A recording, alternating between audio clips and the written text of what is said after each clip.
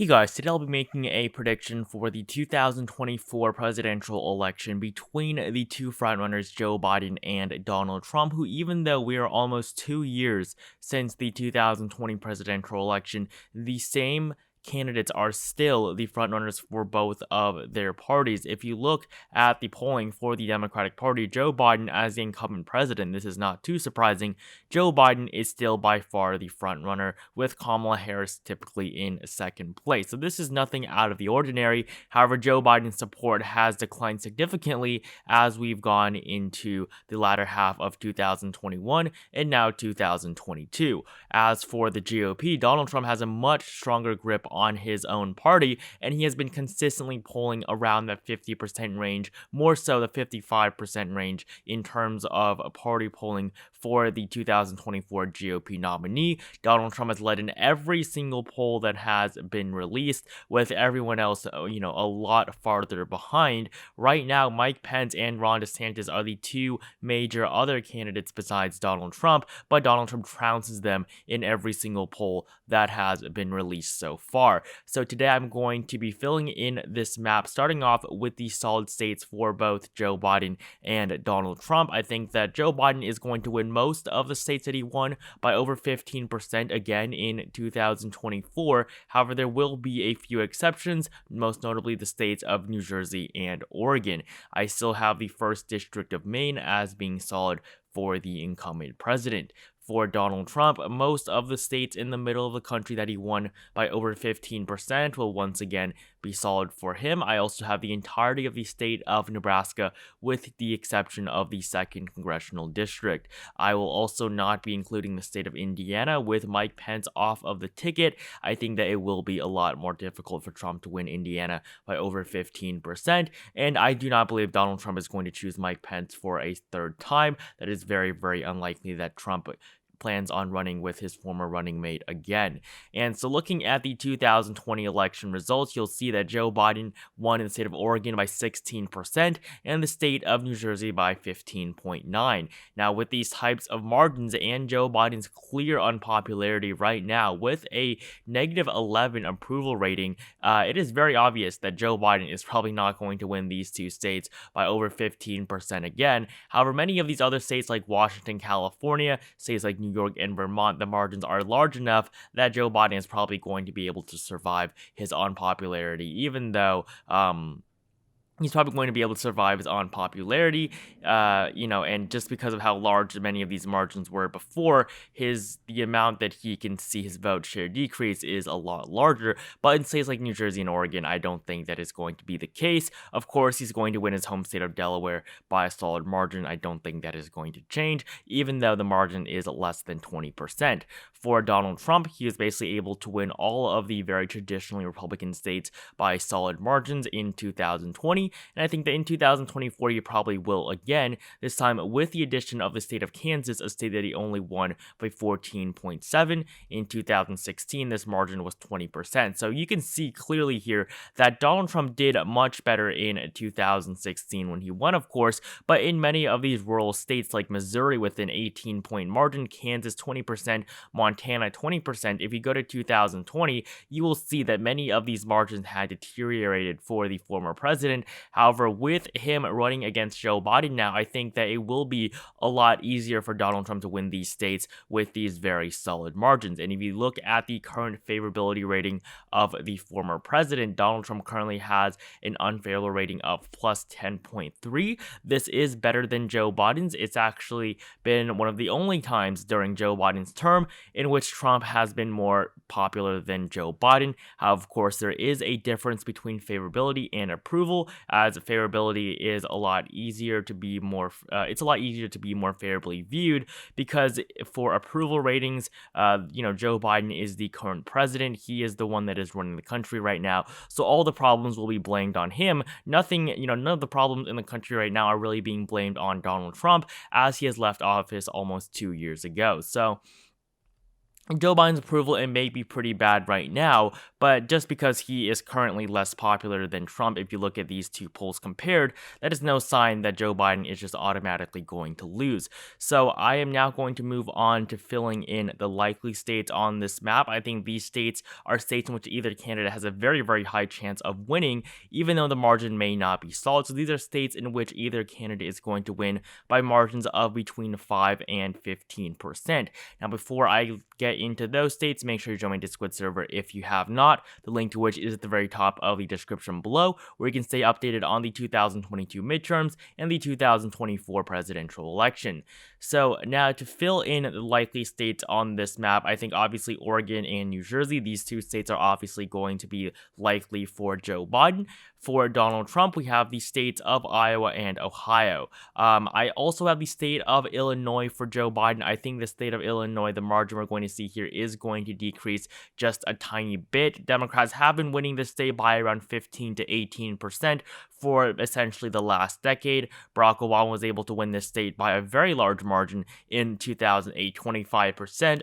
However, Illinois was Obama's home state, but even Obama in 2012 only won the state by 16.9. That is actually a smaller margin than Joe Biden's 17% margin in 2020 and Hillary Clinton's 17.1% margin in 2016. So I do think that with the entire Rust Belt in general, as well as the state of Illinois, with all of these states trending more and more to the right, I do think the state of Illinois will be a little bit less solid for Joe Biden. However, it will, still remain in the Democratic column most definitely. Donald Trump has no chance of winning the state of Illinois, but in terms of margins, I do think it will be a little bit lower. Same thing for the state of Indiana. The state of Indiana here, 11 electoral votes. I do not think it will vote for Trump by over 15%. In 2020, the margin was only 16.1. In 2016, of course, it was a bit higher at 19%, but with Mike Pence off the ticket and the state of Indiana generally not trending too much more to the right at this time, I do think that Joe Biden will be able to perform a little bit better in this Midwestern state. Now, moving down south, I have the state of Texas for Donald Trump.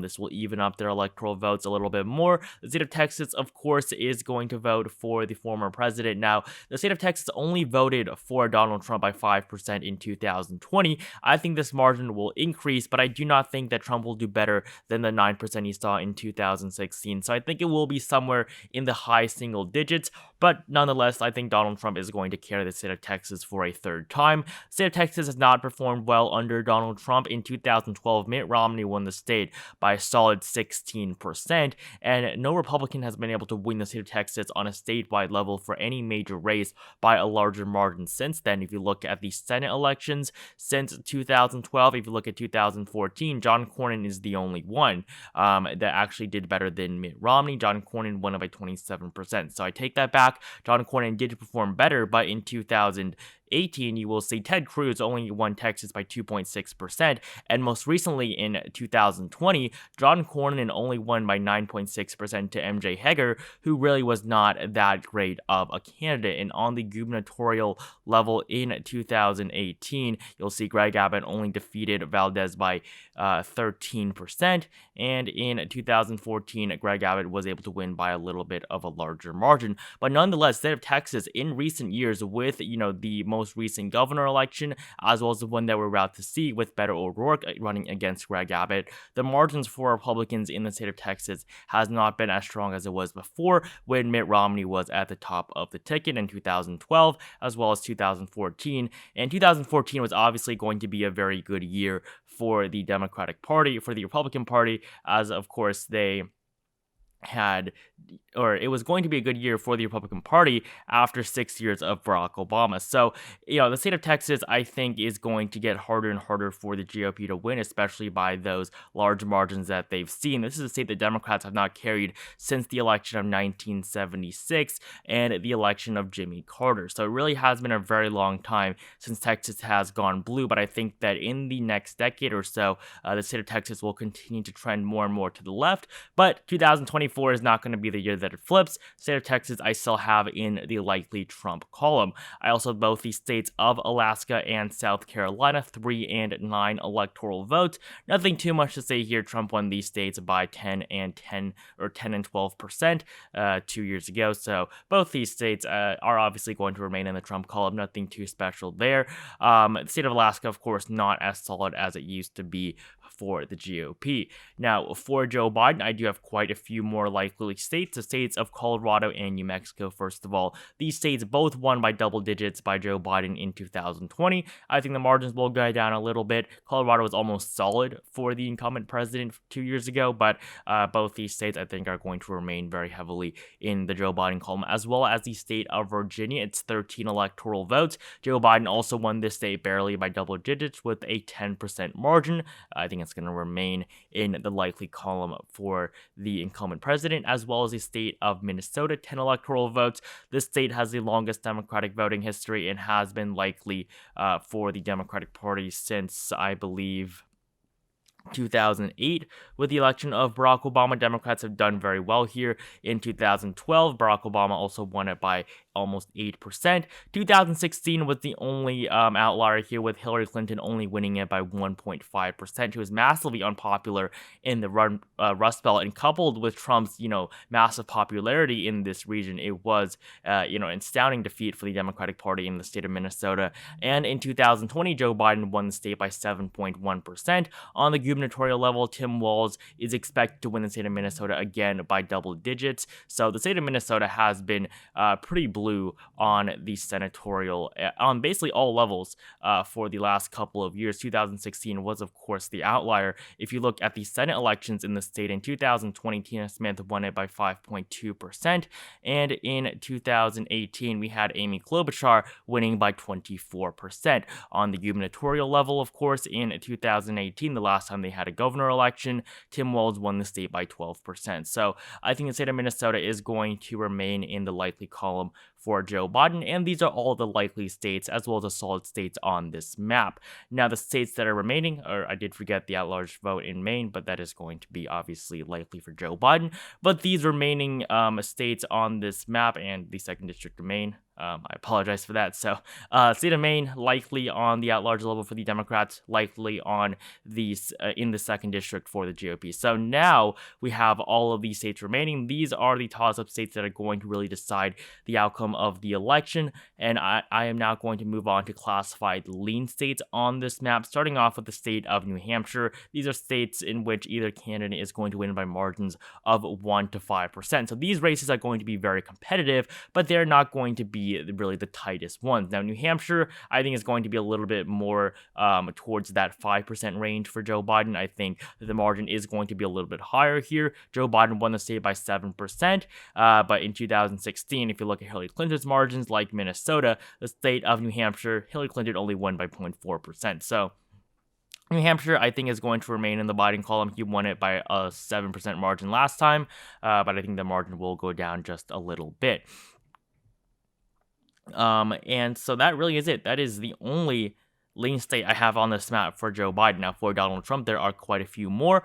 Basically, all of them are in the southeastern United States here, starting off with the states of North Carolina and Florida. Now, these two states won by Donald Trump by an impressive margin in Florida. North Carolina was probably one of the worst in a very long time. The state of North Carolina voted for Trump by 4% in 2016. That margin dropped down to 1 in 2020. 2012, it was 2%. 2008, Barack Obama won it. This was the only time a Democrat had won North Carolina since, again, 1976. So the South, Jimmy Carter was the last Democrat to really win the South. In 1992 and 1996, you did see Bill Clinton win some of these southern states. Not these deep southern states, but Bill Clinton was able to win some of them. But really, the last time the Democrats really had control of the South was with Jimmy Carter. And so in 2016, Hillary Clinton only lost Florida by 1.2%, while Joe Biden lost the state by 3.4%. This was one of the only states in which Trump's margin actually increased from 2016 to 2020. So both these states, not surprisingly, are going to be in the lean column for the former president. And I also have the state of Georgia and its 16 electoral votes. This state was, of course, one that Biden flipped in 2020, winning it by 0.2%. But with the national environment, I mean, just looking at this, skewing towards the GOP, I think the state of Georgia is going to remain in the Trump column. He did win it in 2016, and I mean, it has been in GOP hands for a very long time. 2020 was really the only time Democrats had to perform well in the state in a very long time. So the state of Georgia, I am going to classify as being lean for the GOP once again. I do think that they will lose it, obviously, in the future, but 2024, with this here, I think they will be difficult for Biden to hold on to it. And also the state of Wisconsin, 10 electoral votes. Donald Trump typically does very well in this Rust Belt region. And Wisconsin, Trump only lost the state in 2020 by 0.6%. And keep in mind, in 2016, Trump actually won this state by a larger margin. So I really don't think Joe Biden's going to hold on to Minnesota. And so, yeah, these are all of the lean states on this map. Now, these final four, Nevada, Arizona, Michigan, and Pennsylvania, these states really could go either way, but I am going to classify them, giving Joe Biden Michigan and Nevada. Both of these states, I think, these were the ones with the larger margins for Joe Biden, 2.8 in Michigan, 2.4 in Nevada. I do think Biden can hold on to these states, even though, of course, he's going to perform, in terms of margins, he's going to do a lot worse in many other states. He might lose 5% in some states, but in these very competitive races, I don't think he's going to lose too much ground. But I will be having to give both Arizona and Pennsylvania to Donald Trump. The margins here for Joe Biden were just too small, only 0.2 in Arizona and 1.2 in Pennsylvania. And with the general unpopularity of the Democratic Party and Joe Biden right now, I do find it very difficult for him to be able to hold on to these states if he barely won them in the first place. Now, of course, Joe Biden can win the 2024 election. I'm not saying that he is probably going to lose. We are still quite a bit away, and Joe Biden definitely has the potential to win his re-election. He is an incumbent. He does have that advantage. But right now, with all the data that we have and just his small margins of victory in states like Georgia, Wisconsin, and Pennsylvania, I mean, if you look at the closest races in 2020 that decided the election, Georgia was 0.2%, Arizona was 0.2%, Wisconsin was less than 1%, Pennsylvania was a little bit over 1%. I mean, Joe Biden barely won the 2020 election. If he had lost just 1% in all of these states, Donald Trump would have been reelected president. So I think that, the map is going to remain very, very close. But right now, I do think that Donald Trump has a slight edge for 2024 as of this moment in time. The second district of Nebraska, I do have it as being a tilt for Joe Biden. I do think he will hold on to that. But this will give Joe Biden 247 electoral votes to Donald Trump's 291. So thank you guys so much for watching this video. Make sure you like it down below if you enjoyed it. Comment down below which states you think I categorized correctly, which states you disagree with, as well as whether or not you think Donald Trump and Joe Biden are really going to run again in 2024. Subscribe to my channel if you have not. Thank you guys again so much for watching this video. Make sure to join my Discord server, link at the top of the description below. Again, thank you guys, and I will see you guys in the next video.